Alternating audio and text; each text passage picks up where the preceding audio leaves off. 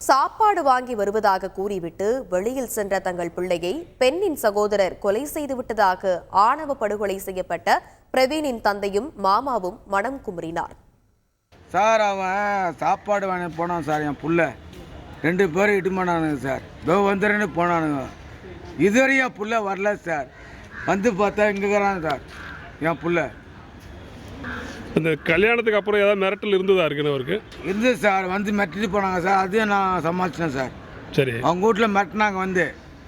அதையும் அவன் சமாளிச்சிட்டான். சொல்லிட்டா பொண்ணை நான் வச்சு நான் காப்பாற்றுறேன், எனக்கு தெரியும் அப்படின்னு அவன் சொல்லிட்டான். நானும் வந்து என் பொண்ணுக்கு வந்து எல்லாமே பண்ணிட்டேன். ஸ்டேஷனில் வச்சு கல்யாணம் பண்ணேன். மருமகளுக்கு நல்லா தெரியும். மருமகள் இல்லை, என் பொண்ணு அது. அந்த பொண்ணுக்கே இது மாதிரி பண்ணாங்க பார்த்தா துரோகம். அண்ணன் தம்பிங்க மிரட்டல் குறித்து ஏதாவது புகார் பண்ணியிருக்கீங்களா நீங்கள்? நான் சொல்லிக்கிறேன் சார். ஸ்டேஷனில் சொல்லிக்கிறேன். என் ஃப்ரெண்டுங்கெல்லாம் இன்ஸ்பெக்டர் எஸ்ஐலாம் தெரியும் சார். ஸ்டேஷனில் பள்ளிகை ஸ்டேஷன்லாம் தெரியும் சார். நானே பேசிக்கிறேன். இங்கே வருவாங்க சார், வெல்டிங் கடைக்கு வருவாங்க. இன்ஸ்பெக்டர் எஸ்ஐலாம் வருவாங்க. அவங்களே சொல்லுவாங்க, போ கோபி நான் பார்த்துக்கிறேன் கோபி, எது வந்தாலும் அவங்களே சொல்லிக்கிறாங்க. இதுக்கு என் பொண்ணை அந்த மாதிரி பண்ணானுங்க. அதான் எனக்கு விட்டு கொடுக்கூடாது.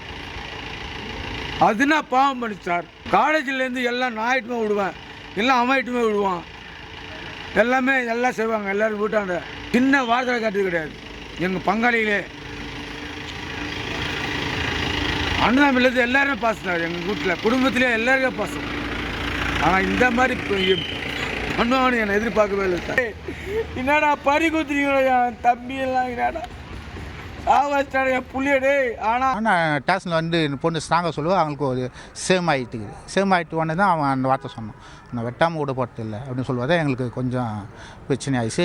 இவன் வண்டியில் போனான்னா பின்னாடியே வருவாங்க, ஆள் வராங்க, ஃபாலோ பண்ணிக்கினே வருவாங்க. அதெல்லாம் நான் பார்த்துருந்தேன். கூடவே தான் வச்சுருந்தேன் அவனை.